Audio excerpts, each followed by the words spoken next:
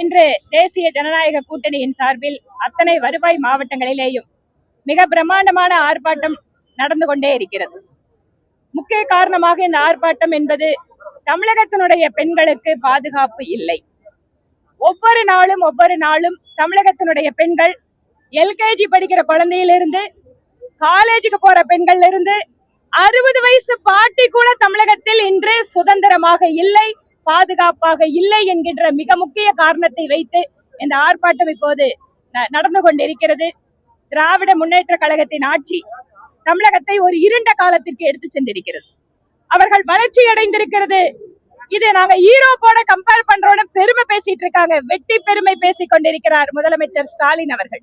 ஆனால் இன்று தமிழகம் என்பது ஒரு காலத்தில் காங்கிரஸ் ஆட்சி செய்த வட இந்திய மாநிலங்களைப் போல சட்டம் ஒழுங்கு என்பது மோசமாகி பெண்களுக்கான பாதுகாப்பு என்பது கேள்விக்குறியாகி எல்லாவற்றிற்கும் மேலான வருங்கால தலைமுறை கையிலே புத்தகத்தை கொடுப்பதற்கு பதிலாக போதைப் பொருட்களை கொடுக்கின்ற அரசாக இந்த ஸ்டாலின் அரசு இருக்கிறது.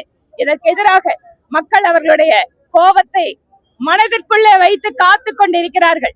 ஏப்ரல் 23ஆம் தேதி ஸ்டாலின் அவர்களை வீட்டுக்கு அனுப்புவதற்காக தயாராகி கொண்டிருக்கக்கூடிய மக்களுடைய ஆர்ப்பரிப்பை இந்த ஆர்ப்பாட்டங்களை நாங்கள் பார்க்கிறோம்.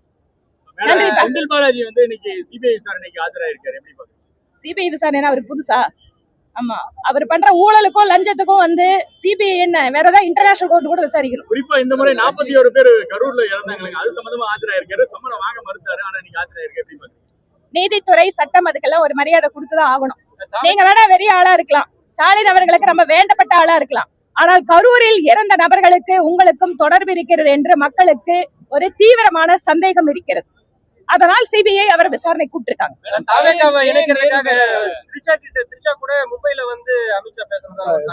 உங்களோட கற்பனைக்கெல்லாம் அளவே கிடையாதுங்களா?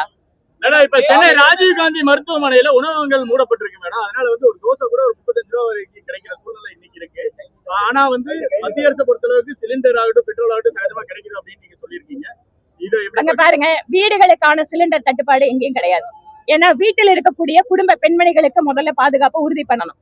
வணிக பயன்பாடு அப்படிங்கிறது எல்லாருமே ஒரு வணிக பயன்பாடு ஒரு பொது இடத்துல இருக்கிறது, அதுக்காக பயன்படுத்தக்கூடியது. அதுல சில கட்டுப்பாடுகளை மட்டும்தான் வச்சிருக்கோம். அப்போ தட்டுப்பாடு கிடையாது. கட்டுப்பாடு இருக்கிறது, தட்டுப்பாடு இல்லை. அதுவும் கூட இன்று காலை ஈரான் நாட்டோட பேசி நம்ம இந்திய கப்பல் மட்டும் அதற்கு தனியாக ஸ்பெஷல் அனுமதி வாங்கி நமக்கென்று எரிவாயுவை கொண்டு வந்திருக்கிறார் பிரதமர் மோடி. அதனால எந்த விதமான ஒரு சிரமம் இல்லாமல், ஏன்னா இது இந்திய நாட்டிற்கு உள்ளாக இருக்கின்ற பிரச்சனை அல்ல. எரிபொருள் அப்படிங்கிறது இந்தியாவில இல்ல, வெளிநாட்டில இருந்தா நம்ம வாங்கணும். அதிலும் வெளிநாட்டுல போர் நடந்து கொண்டிருக்கின்ற பொழுது எந்த நாட்டு கப்பலுக்கு அனுமதி இல்ல, ஆனால் இந்திய நாட்டு கப்பல்கள் மட்டும் நமக்காக பிரதமர் மோடி கொண்டு வந்துட்டு இருக்காரு. நிறைய கேள்வி இப்ப அவங்களது.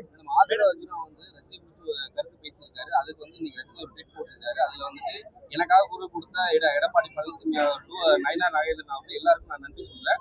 காலம் பேசாது ஆனா காத்திருந்து பதில் சொல்லும் அப்படின்னு சொல்லிட்டு ஒரு ட்வீட் போட்டிருக்காரு. அதை பத்தி அதான் அவரை பத்தின ஒரு விமர்சனத்திற்கு கட்சி தலைவர்கள் எல்லாரும் அவங்களோட கருத்தை பதிவு பண்ணியிருக்காங்க. அதை அவர் அக்னாலேஜ் பண்றாரு. திரு ரஜினிகாந்த் அவர்களுடைய ஒரு குரல் என்பதும் அவர்களுடைய எண்ணம் என்பதும் தமிழக அரசியல்ல எப்போதுமே அதற்குன்னு ஒரு வேல்யூ இருக்கு.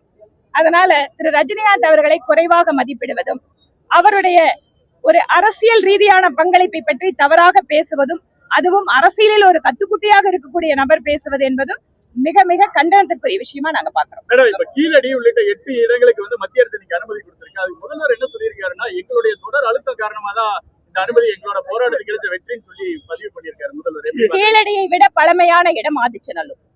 கீழடி தமிழர்களுடைய பாரம்பரியத்தை தொன்மையை சொல்லக்கூடிய சான்றுகள் இருக்கக்கூடிய இடம். அதுல மத்திய அரசு நாங்க ஆராய்ச்சி பண்ண தயாரா இருக்கோம்னு சொன்னதுக்கு அப்புறம் கூட இல்ல நீங்க வேண்டாம் நாங்களே அதை பண்ணிக்கிறோம் அப்படின்னு ஸ்டேட் கவர்மெண்ட் சொன்னாங்க. எதுக்காக? கீழடி எங்களோட பெருமை, தவறே கிடையாது. மாநில அரசு நீங்க பண்றீங்களா பண்ணுங்க, அனுமதி கொடுத்தாங்க. ஆனால் அதை விட பழமையானது ஆதிச்சநல்லூர். ஆதிச்சநல்லூர் சான்றுகள் என்பது கீழடியை விட தொன்மையானது. ஆக தமிழர்களுடைய தொன்மை இன்னும் கூட பெருமை பெறத்தக்க வகையில மத்திய அரசு அதுக்கு நிதி கொடுத்திருக்காங்க. இந்த பட்ஜெட்ல தனியா அருங்காட்சியகம் கொடுத்திருக்காங்க. ஏற்கனவே மத்திய நிதி அமைச்சர் அந்த இடத்துக்கு ஒரு மியூசியம் பண்ணி கொடுத்திருக்காங்க. அதனால் தமிழர்களுடைய பாரம்பரியம் தொன்மை எல்லாம் திமுகவிற்கு சொந்தமல்ல, இங்க இருக்கக்கூடிய கோடிக்கணக்கான தமிழக மக்களுக்கு சொந்தமான பெருமை. மத்திய அரசு கொடுக்கிற திட்டத்திலையும் ஏற்கனவே அதிமுக அரசோட திட்டங்களையும் ஸ்டிக்கர் ஓட்டுற மாதிரி இதுக்கும் ஸ்டிக்கர் ஓட்ட முயற்சிக்கிறார் ஸ்டாலின். ஆனா இப்ப பாமக வந்து சரியான அங்கீகாரம் கொடுக்கல அப்படின்னு சொல்லி பாஜக மேல ஒரு குற்றச்சாட்டு சொல்லியிருக்காங்க. கே நேரு அவர்கள் மீது சட்டம் தன்னுடைய கடமையை செய்யும். ஆமா, இத்தனை நாள் வந்து போலீஸ் கண்ட்ரோல்ல இருந்தாங்க. இப்ப எந்தெந்த காவல்துறை அதிகாரி எல்லாம் திமுக மாவட்ட செயலாளர்களாக இருந்தார்களோ இப்போதெல்லாம் அவர்களுக்கு என்ன பண்ணது, என்ன நடவடிக்கை வேணுமோ அது காத்துட்டு இருக்கு. புதுச்சேரி பாமக புதுச்சேரியில என்ன விஷயம்? பாஜக வந்து சரியான அங்கீகாரம் உங்களுக்கு தரல, அதனால தனித்து நிற்கிறதுக்கான முடிவு எடுத்திருக்கு அப்படின்ற மாதிரி பாஜகவா எல்லாம் ஸ்பெகுலேஷன். அங்கெல்லாம் ரொம்ப ஸ்ட்ராங்கா மேற்கு மண்டலம் அதிமுகவின் கோட்டையா இருக்கு. ஆனா இனிமேல் அது திமுகவினுடைய கோட்டை அப்படின்னு சொல்லி செந்தில் பாலாஜி உட்பட முக்கிய தலைவர் எல்லாருமே செந்தில் பாலாஜியோட ஒரே அசைன்மெண்ட் கோடி கணக்குல பணத்தை கொள்ளையடிக்கிறது, அதை எப்படியாவது கொண்டு போய் மக்கள் கிட்ட சேர்த்து ஓட்டு வாங்குறதுன்னு நினைக்கிறாரு. அவரோட வேலை ஒருவேளை கரூர்ல வேணா ஜெயிச்சிருக்கலாம். ஆனா கொங்கு மண்டலம் தன்மானம் மிக்க ஊருங்க, சுயமரியாதையான மக்கள், உழைக்கின்ற மக்கள் இருக்கிற ஊரு. இங்க வந்து உங்க ஊழல் பணத்தெல்லாம் என்ன கோடி கணக்கா கொட்டினாலும் வேலை நடக்காது. தெரியாது. வானதி சீனிவாசன் அம்மாவோட சேர்ந்து தென்னை விவசாயிகளை நானும் தம்பித்துறை எம்பி அவர்கள் சென்று மத்திய நிதியமைச்சர் நிர்மலா சீதாராமனிடம் சில மாதங்களுக்கு முன்பு மனு கொடுத்தோம். அந்த மனுவை ஏற்றுக்கொண்டு இன்றைக்கு இதுவரை எந்த நிதி பட்ஜெட்டிலும் தென்னை விவசாயிகளுக்கு தனியாக பிரத்யேகமாக நேரம் ஒதுக்கி பேசியதில்லை. ஆனால் நிர்மலா சீதாராமன் அம்மையார் 3.5 நிமிடம் நேரம் ஒதுக்கி தென்னை விவசாயிகளுக்காக பல்வேறு வகையாக நிதியை ஒதுக்கி அதே போல பல்வேறு திட்டங்களை புதிதாக வகுத்து கொடுத்து தென்னை விவசாயிகளுடைய உயர்வுக்காக நல்ல அறிவிப்புகளை சொல்லியிருக்கிறார். அதற்காக தமிழகத்தில் இருக்கிற தென்னை விவசாயிகள் சார்பாக நிர்மலா சீதாராமன் அம்மையார் அவர்களுக்கு நாங்கள் எங்களுடைய நன்றியை தெரிவிக்கிறோம். எல்லாத்துக்கும் ரொம்ப நன்றிங்க.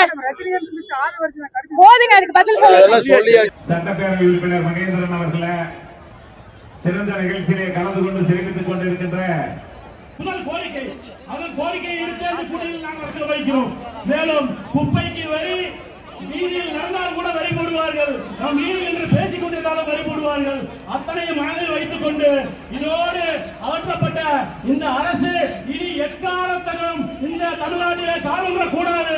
அந்த ஒரு கோரிக்கையோடு வருகின்ற 234 தொகுதிகளிலும் அனைத்து இந்திய அண்ணா திராவிட முன்னேற்ற கழகத்துடைய மாண்புமிகு எடப்பாடியார் அவர்கள் நிப்பாட்டக்கூடிய வேட்பாளர்களை வெற்றி பெற செய்து தமிழ்நாட்டை மீட்பதற்கு பாடுபட வேண்டும் என்று கூறி லட்சியமாக இருக்க வேண்டும்.